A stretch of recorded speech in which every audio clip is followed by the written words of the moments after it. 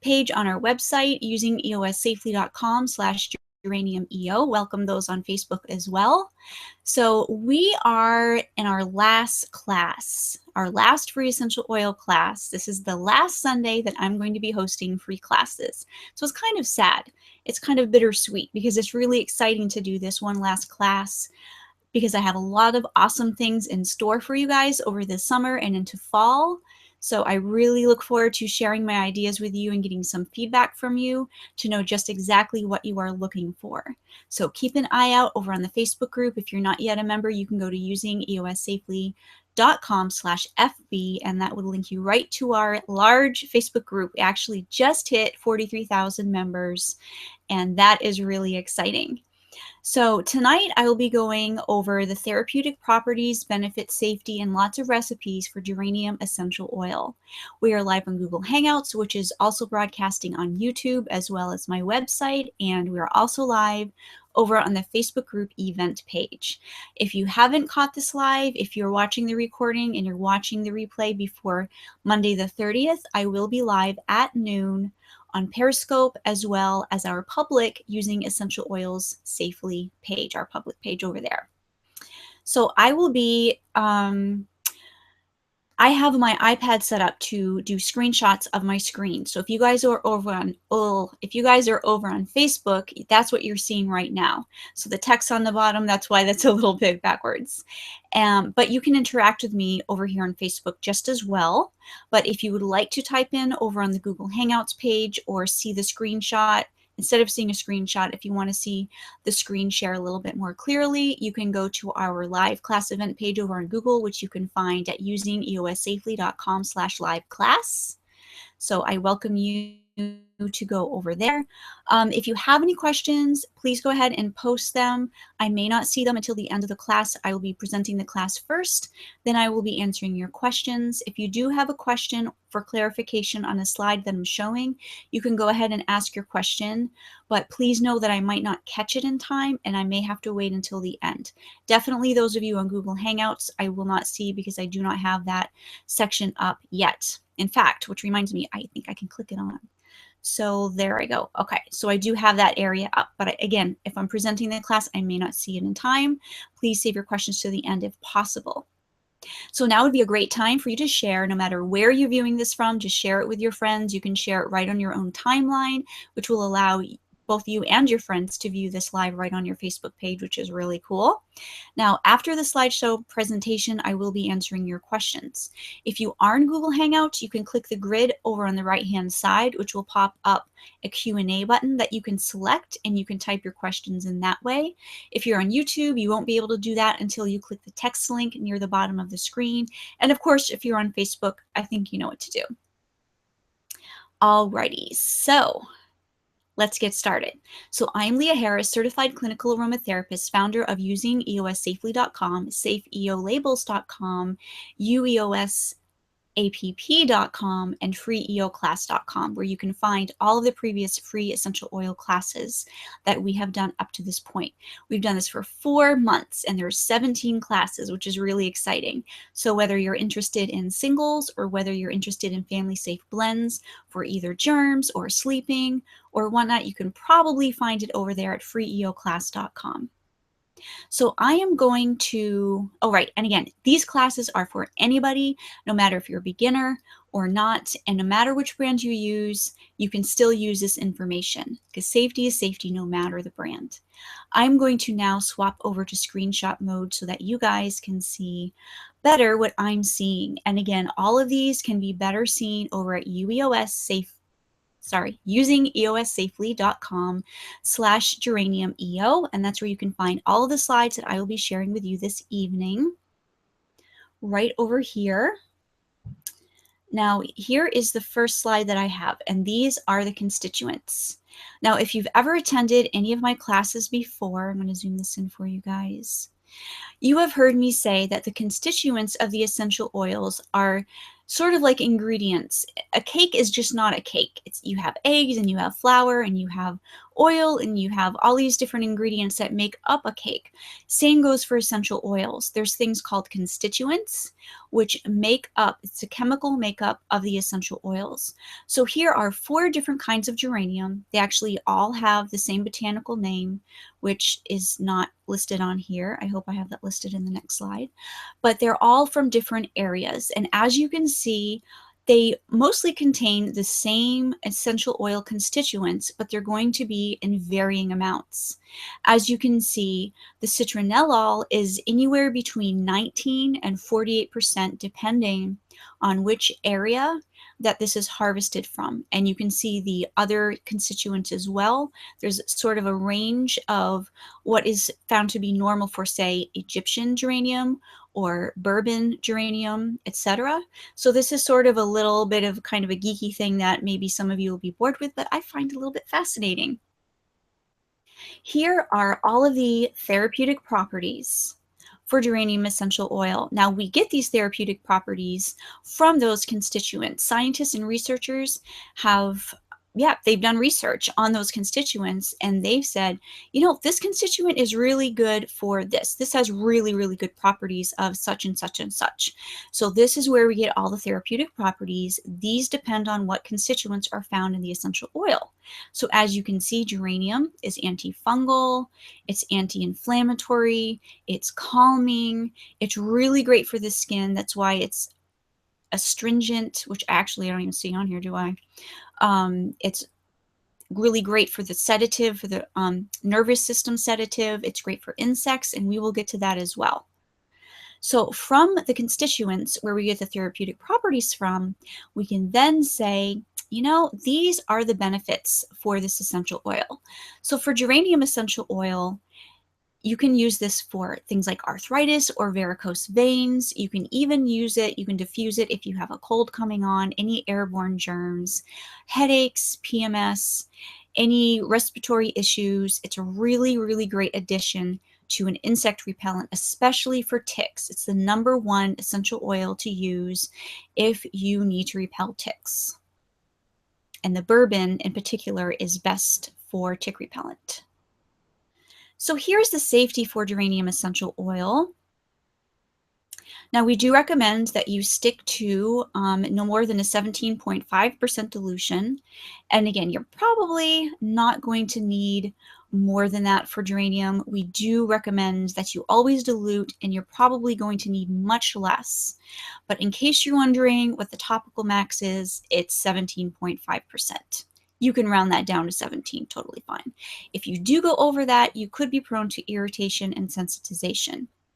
Now, we never recommend using essential oils internally, but for this particular essential oil for geranium, if you are on diabetes medication, then it may actually enhance the effects of the diabetes medication, and it can drive your blood sugar too low. So we recommend do not use internally, especially. And I would really caution you against using especially high dilutions topically or even diffusing. If you are diabetic, you may want to just see how your body reacts and feels to topical use and inhalation, as well as drugs metabolized by CYP2B6. And if you have an interest in wanting to know what that is, you can check out Essential Oil Safety by Robert Tisserand.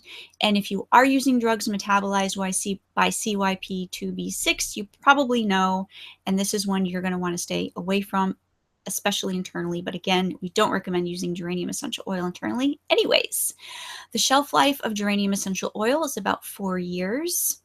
Now, geranium essential oil is safe for really everybody. It's safe if you're pregnant, if you're breastfeeding. It's safe for use with and around children. It's safe for dogs. And as always, I do not recommend using any essential oils with cats. And if you'd like to know more about why, you can go to usingeossafely.com/safecats. And yes, I also do have a /safe-dogs as well, if you are interested in that. So here is my very first recipe for you for arthritis. And this is, let me back out just a little bit so that you can see that it's for arthritis. I have that title right at the top. Let's see if this is going to work for me. There we go. Alrighty. So again, I say again because I've discussed this in previous classes, but not this class, so I really shouldn't be saying again, should I? Now, your 6-month-old probably isn't going to have arthritis, but I know that there are some young children who do have achy joints and may find this useful for that.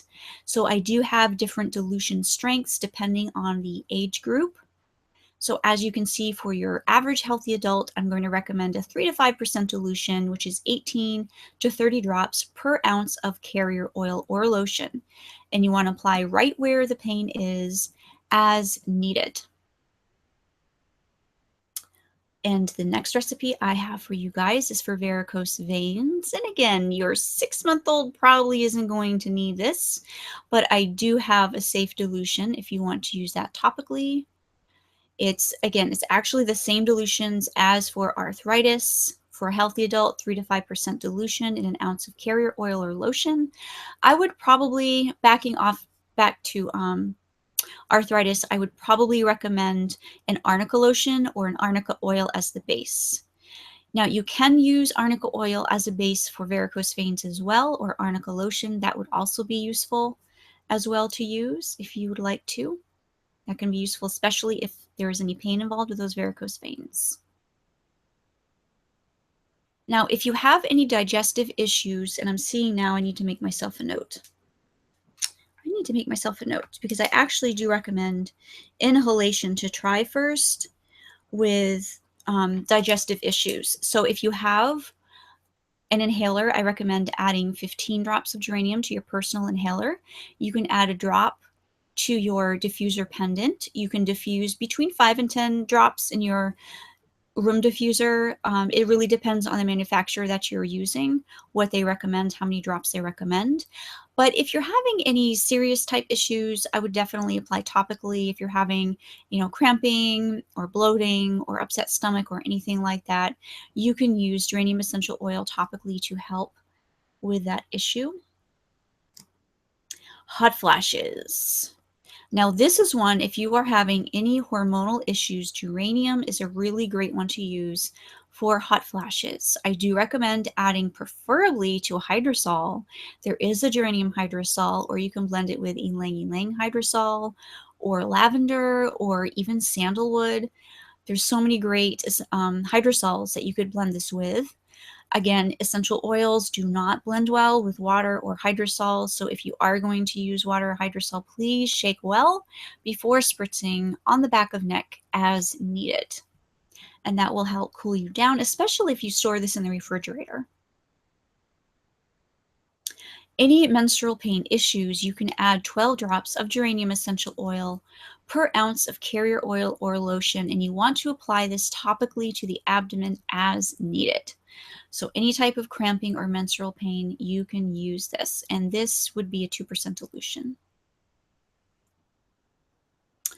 Body odor, the best way to get rid of body odor is to use soap and wipe it off. And if you add a drop per teaspoon of soap, particularly geranium is a great one, and apply it topically and wash off as needed, that can really strip that bad odor away. Wrinkles. Geranium is really great for wrinkles. You can add 6 drops of geranium. This gives you a 1% dilution, which is the dilution that we recommend for using on the face. And you can add 6 drops per ounce of either, you can add it to your facial cleanser, which of course you're going to wash right off, but that's okay. You can add it to your moisturizer or your lotion or your liquid foundation that's going to stay on your face all day long. You can apply as you normally would. And I believe that is the last recipes for wrinkles. Okay, right. So I do have a PayPal link. If you want to send me some PayPal love to let me know that you are enjoying these free classes. Here is my PayPal link right here. It's not wanting to zoom very well, but I think there we go. So if you are enjoying these free classes and you have benefited, again, this is our very last free class, but here is my PayPal link. If you would like to send me some love, that would be awesome. Now, I am not doing a giveaway this week, but I'm giving everybody a 30% off code to either the UEOS app The Truth About EO Safety, my book, or the Safe EO labels. And you can use last class for 30% off, any of the above, and this will expire on Friday. So everybody's a winner this week. Alrighty, I think that is my last one. So I'm going to switch right on over to me. Hey guys, here I am. So I'm seeing a couple of questions over in Google Hangouts. Now would be the great time for you guys to start typing in your questions and I can answer them. And I see a comment over here by Claudia who's saying there are lots of children with arthritis. Yes, I have heard of children with arthritis. It's an immune attack on the immune system. And so I do know that there are, usually not until they get to at least the toddler stage, right, if I'm not mistaken. So that's why I do have those dilutions in there. Claudia, she's also commenting, she cannot see the slides very well tonight. I'm sorry, I was trying to zoom in for you. Maybe if you're watching from your phone, that may be an issue. I apologize. So if anybody has any questions, I see there's about a dozen of you over on Facebook. I know a lot of you are probably enjoying Memorial Day weekend. You're probably with your family. I know Christy is. She normally helps me this evening, but she is away with her family, and I'm so glad she's able to be with her family. I think a lot of you will be watching the replay, but if anybody's on here and has any questions, I'm your gal. So Jamie has a question. Do I prefer geranium or bourbon? Geranium Egyptian or geranium bourbon? I prefer using the Egyptian for skin type issues as well as insect repellent, but I will reach for the bourbon as a tick repellent. And really both of them are great for the skin. So if you have either one on hand, say if I ran out of my Egyptian and I wanted to use it on my face, I would use the bourbon, absolutely. To me, the biggest distinction is that the bourbon is most effective for ticks, where the Egyptian is more effective for all of the other insects. So there really isn't a huge difference. Just go with whichever one you prefer. Unless you need it for ticks, go for bourbon. Otherwise, Egyptian should be totally fine. I happen to have both and I enjoy both of them, and I use either one, whichever one I just happen to grab and use. They both are pretty effective. Excellent question. Does anybody else have any questions? Okay, I do see, okay, I need to remember on Google Hangouts, I need to select these when somebody asks a question. So there's a question from Jess. From what I understand, everything you said is about all geranium species or whatever the term is. Yes, correct. You are correct, Jen. Sorry, Jess. So yes, all of the species of geranium, you can see on the constituent slide that they share pretty much the same constituents. Now there is going to be a little bit of variance in there, but the therapeutic properties are still there. So all of these can apply to whichever geranium essential oil that you purchase. You're still going to get all of those benefits from. Yes, absolutely. You are welcome. So Mimi, I got way too much vitamin D yesterday. Ouch. I have Geranium Hydrosol and I mixed some lavender hydrosol with it and sprayed it on my sunburn. It did soothe it. Is this the best for sunburn? Hydrosols are excellent for sunburns. Aloe vera, I really love for sunburns. I have a really great mixture. It's 50-50 aloe vera and jojoba. And then to that, I add helichrysum essential oil. And that's really all you need to add, but you can certainly add lavender as well. Geranium isn't usually the first one I think of when I think sunburns, but hey, it helped. It soothed it, right? So absolutely that worked. So hooray for the vitamin D and boo for the sunburn. That's not good. I'm sorry about that, Mimi. Okay, so Claudia has a question about the cramps. How often is it safe to apply? The perfect answer for you is as needed. So if you find after you apply it, you're starting to get pain or cramping back again, and it's been 2 hours, reapply. If you're finding that it's coming back in 30 minutes, then you can reapply. And in fact, if it's coming back that soon, I probably would up the dilution a little bit. So my recipe was for 2%. I would probably try 3%. and see if that gets you longer without having to reapply. As long as it's a safe dilution, and so as long as it's a safe dilution, you can apply as often as you need to. But if you're applying and it does absolutely nothing for you, I would try something else, honestly. And I'm not the person to recommend what for you, but you should find some relief. So you can apply as often as you need to. Sandy has a question. Do I have a favorite brand of geranium? I'm not crazy about the smell, but wonder if some smell better than others. I really don't. I find most geraniums smell pretty much like geranium. They're all, either you love it or you hate it. I know my mom absolutely can't stand geranium. I've never really been a floral person, but I actually like geranium. I do. I actually happen to like it, so I probably need it. Monica, for dog-safe tick repellent, can I spray my pups' fur, not head, with a light mist of Geranium Hydrosol? Yeah, you absolutely could. Will it be effective for walks through the woods? If I add the oil to it, would it make it more? Let me click see more. Would it make it more effective? Yes, it would. In fact, we do have a recipe that includes essential oils on our Facebook page. If you're on your phone, you have to click info, then photos, albums, and then scroll down to recipes. And if you're on a regular computer, you can just click photos, albums, and then you have to click through. They only show 9 albums at a time, I think it is, something like that. But we do have a recipe over there where you can add it to especially neem oil, and you can apply it actually to their fur, and that can be effective.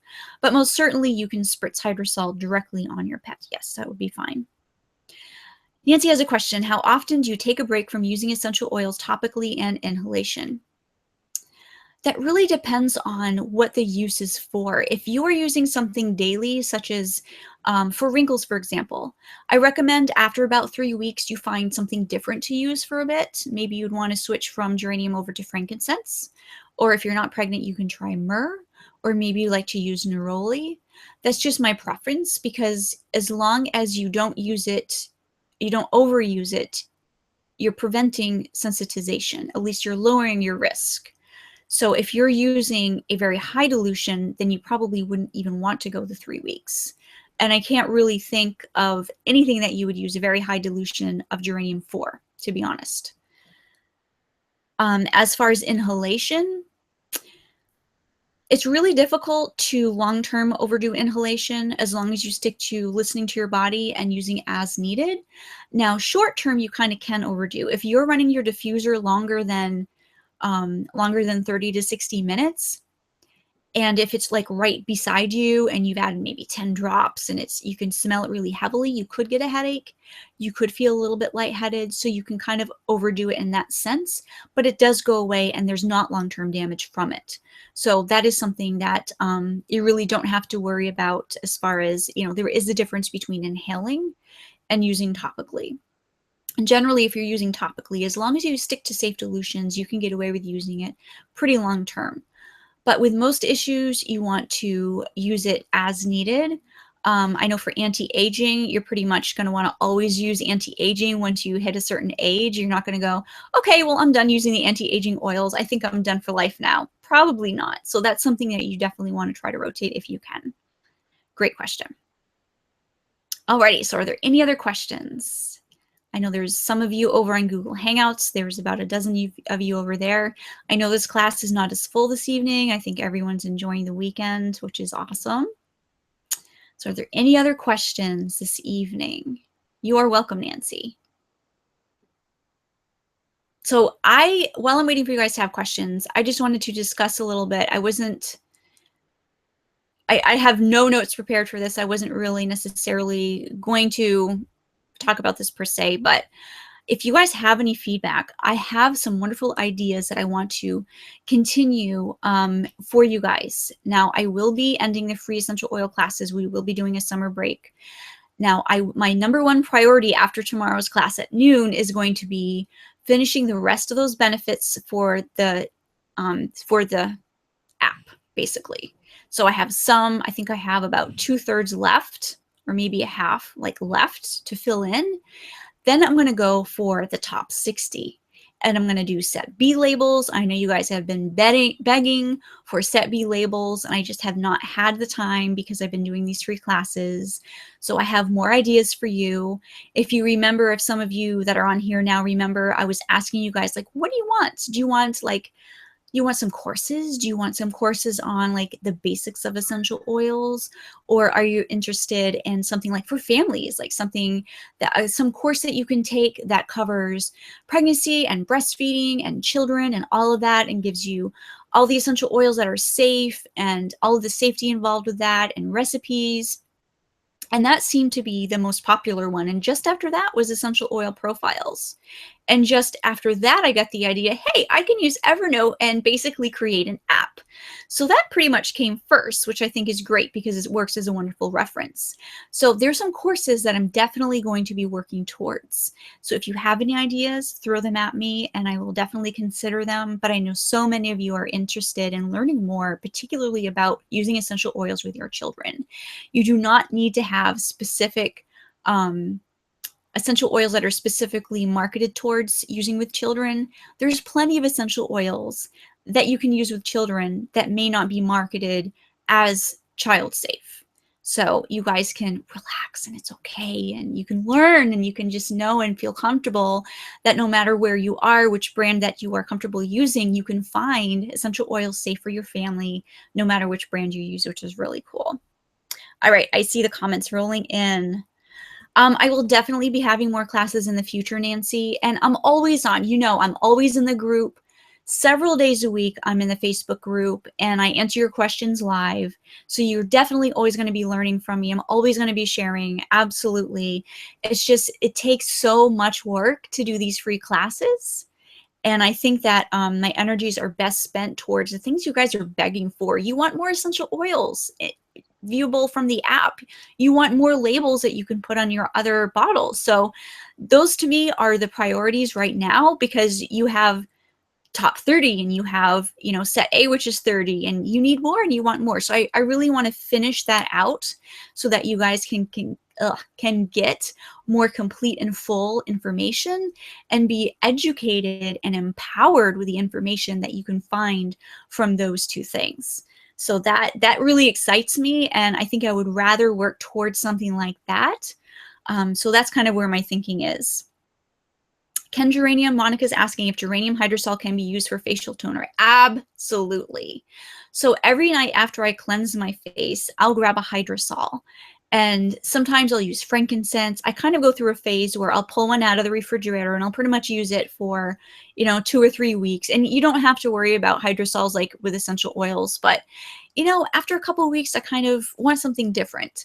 So sometimes I'll pull out geranium, sometimes I'll pull out frankincense or lavender or sandalwood or anything like that, and I'll spritz it on after cleansing my face. Then I'll add a moisturizer, which could be either a moisturizing cream, especially in the winter, or even an oil like tamanu oil or argan oil or something like that that I'll throw on after the hydrosol. So absolutely.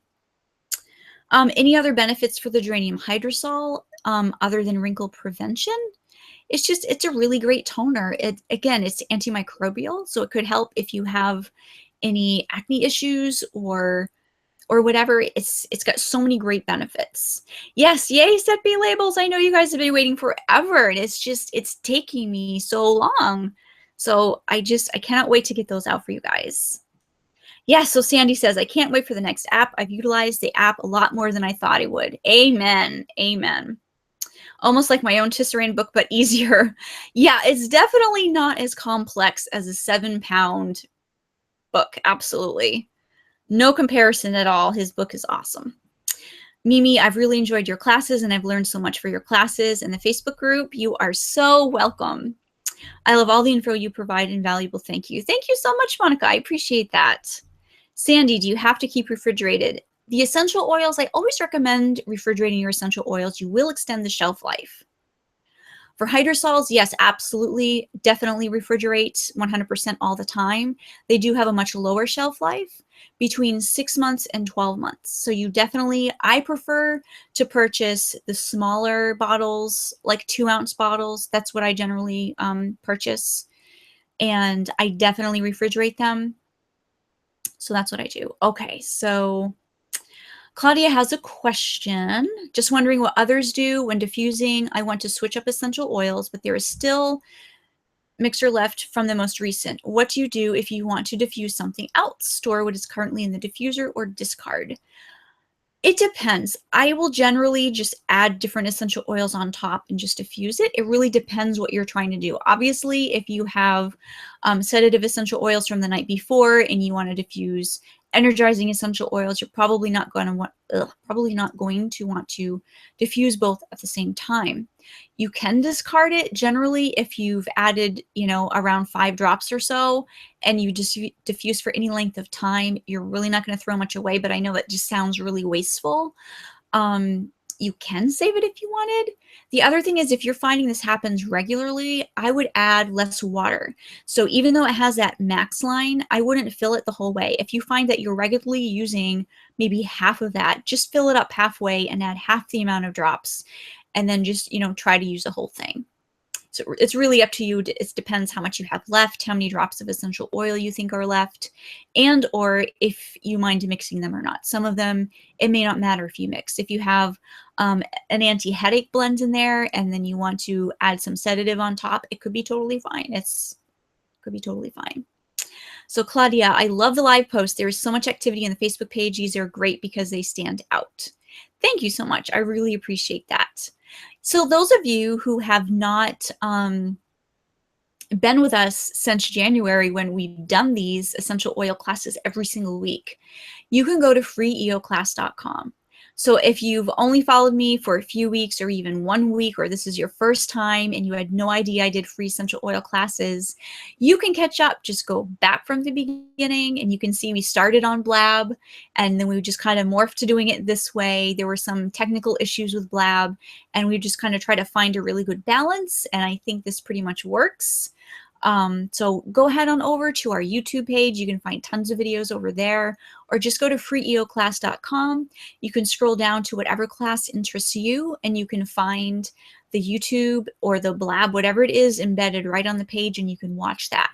Now, some of them, especially from the beginning, they're a lot longer. They're like hour and a half, a lot of them. So don't feel like you have to watch the whole thing. All the information is on the class page itself, but you might learn new things. I know we tended to go off topic sometimes. We tended to discuss feet or carrier oils or diluting or anything. So if you're new, you may want to invest the time, if you have it, to go on over there and watch them. They are lengthy. Again, don't feel like you need to. All of the real pertinent information for the class is really on that web page. Okay, so do you walk to the fridge before you moisturize? No, I don't, and that's the thing. I will grab a hydrosol out of the refrigerator and I will keep it right on my bathroom sink. I have a shelf there, and I will leave that out for a few weeks. So although long-term, yes, you do want to refrigerate essential oil, hydrosols, and I do keep all of them in the fridge, the one I'm currently using for, say, 2 or 3 weeks, I have that out, and that's okay. Because after 2 or 3 weeks, or maybe I'll use up the whole bottle before I go grab a new one. But if I don't, then I can put it back in the refrigerator and I can pull out a new one. So that's what I've done. And because, again, I only use about 2-ounce bottles at a time, that's worked for me. There was one I absolutely love. It's the Neroli from Garden of Wisdom. So if you are interested in purchasing hydrosols, I love Garden of Wisdom. They have tons of different essential oils. I keep wanting to say essential oils. Tons of different hydrosols, and the owner has actually given us a 10% coupon off. I don't get anything from it. It's not an affiliate link, but she's offered a 10% coupon, and her prices are awesome anyways. So if you go to yes, that is right. Woo, I did say it right. Using eossafely.com/hydrosols. And you scroll down to the bottom. I know it's a huge long post. I've got tons of information over there for you. But if you scroll to the bottom, you can see that there's a link there with a code. And I don't have that memorized. I'm so sorry I don't have that memorized. I always have to go over and try to remember what it is. But you can get 10% off. So what I did is I purchased the huge, I think it was 8-ounce bottle, maybe it was even 12, of Neroli Hydrosol, because that is my absolute favorite. I love Neroli Hydrosol. So I purchased a huge bottle. And then what I did is I just poured 2 or so ounces of it out into a smaller spray bottle so that the large bottle, which is not a spray bottle, it's just a container with a screw top lid, I have that in my refrigerator. So it will last longer because I just love it. So you can definitely buy larger amounts of hydrosol, but then you can just transfer even 1 ounce or whatever you want to do at a time and then leave it out and then either use it all up at once or after a couple of weeks, put it back in the refrigerator. Okay, is this coming through? I am not sure what you mean. Unless you mean the video, you may need to tap for sound.